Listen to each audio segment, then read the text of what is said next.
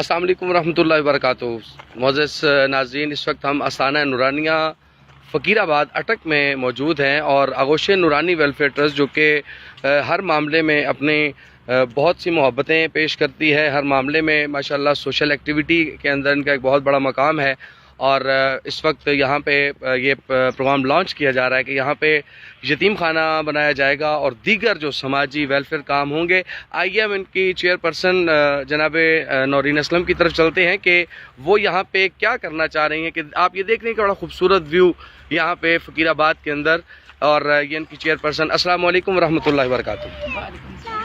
جی میم، آپ یہاں پہ کام کر رہی ہیں ماشاءاللہ، شجر کاری مہم کا آپ نے آغاز کیا. کس وجہ سے، مطلب باقی بھی اور بھی این جی اوز ہیں، ویلفیئر ٹرسٹ ہیں، لیکن وہ اس معاملات میں نہیں آ رہے، آپ کے اس کام کرنے کا مقصد؟ پہلی بات تو یہ کہ اگر کوئی آ رہا ہے یا نہیں آ رہا ہے، ہم نے ان کو نہیں دیکھنا، بلکہ ہم نے یہ دیکھنا کہ ہم نے اپنے حصے کا کام کرنا ہے، اور ہم نے اپنے حصے کا کام روزانہ کرنا ہے، اور اپنے حصے کا کام روزانہ پازیٹیو کرنا ہے. اور ہم جب اپنے آپ کو پازیٹیو رکھیں گے تو اپنے آس پاس کے لوگ ہمارے خود بخود پازیٹیو ہوتے چلے جائیں گے، ماحول پازیٹیو ہوتا چلا جائے گا. اور درخت سب سے بہترین ذریعہ ہیں. دیکھیں، آپ کسی سرسبز علاقے میں جاتے ہیں تو آپ کتنی بھی ٹینشن میں ہوتے ہیں، آپ کا جو ٹینشن ہے وہ دور ہو جاتی ہے، اسی وقت آپ ریلیکس ہو جاتے ہیں، اور آپ ترقی والے اور اچھے منصوبے آپ کے ذہن میں آتے ہیں، اور آپ ٹینشنوں سے باہر تو نکلتے ہیں. ابھی یہ جو آپ نے کم و بیش 50 کنال اراضی جو آپ نے اس کو تیار کیا ہے، یہاں پہ آپ کے کیا مقاصد ہیں؟ یہاں پہ آپ کیا کرنا چاہ رہی ہیں؟ میں سب سے پہلے تو یہاں پہ ایک آرفن ایج ہوم، یتیم بچوں کا اپنا گھر بنانا چاہتی ہوں. 100 بچے کا منصوبہ ہے میرے ذہن میں ابھی سٹارٹ میں. ٹھیک ہے. اور اولڈ ایج ہوم بنانا چاہتی ہوں، اور ایسی غمزدہ، دکھی اور پریشان حال بہنیں، ان کے لیے میں ایک اسکل سینٹر بنانا چاہتی ہوں.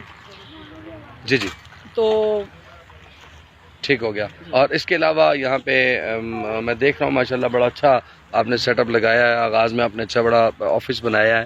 تو مزید اس میں فیوچر پلان آپ کے کیا ہے؟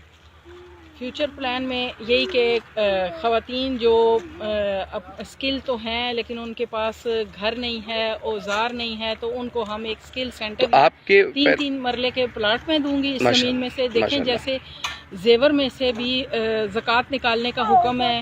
ہم اپنے کپڑے بھی جو فالتو ہوتے ہیں وہ دیتے ہیں، تو کیوں نہ میں نے سوچا کہ میرے پاس اتنی زمین ہے اور اگر میری ضرورت سے زائد ہے تو اس کو بھی میں غریبوں میں بانٹ دوں. اور میرے ذہن میں ایک فکرہ گونجتا رہتا ہے، اور اس پہ میں روزانہ عمل کرتی رہتی ہوں کہ جو دے گیا، جو اللہ کی راہ میں جو دے گیا وہ لے گیا، جو جوڑ گیا وہ چھوڑ گیا.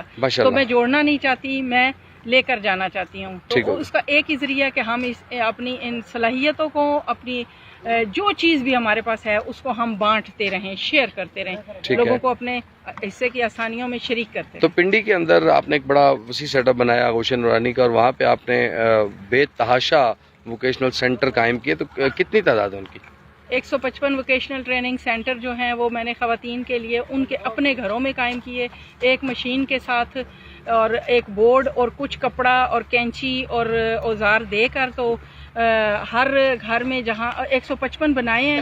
اب اس میں یہ ہے کہ ہر گھر میں ہر ماہ کے پہلے جمعے کو میلاد پاک ہوتا ہے. اس طرح ہم اپنے اسلام کی، امن کی بھی ترویج کر رہے ہیں، اور ساتھ ساتھ جو ہے جو معاش کا سلسلہ ہے خواتین کا، ان جو سکلڈ ہیں ان کو میں مشینیں دیتی ہوں. تو اٹک ہی کا آپ نے انتخاب کیوں کیا؟ مطلب پنڈی کے ساتھ ملکہ، مطلب پوٹھوہار ہے، گجر خان کا علاقہ ہے، یا ٹیکسلا روات وغیرہ، تو آپ نے اٹک کا انتخاب کیوں کیا؟ اٹک کا انتخاب میں نے اس لیے کیا کیونکہ میں یہاں پہ یہی میرے جو گاؤں ہے، میری آبائی گاؤں ہے یہ، اور میں نے یہ دیکھا ہے کہ یہاں زیادہ مجھے یہ معلوم ہے کہ یہاں اگر کوئی مائنڈ نہ کر جائے میری بات کو، کہ دلوں کی زمین ذرا سخت ہے، دلوں کی زمین سخت ہے، ذرا رحم کے جذبات ذرا کم ہیں.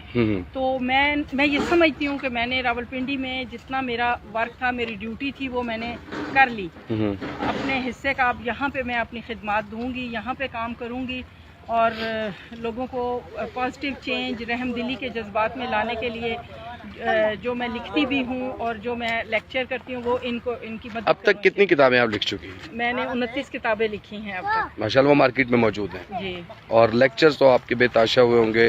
تو سب سے زیادہ لیکچر کس موضوع کے اوپر آپ نے دیا؟ ہاں، میرے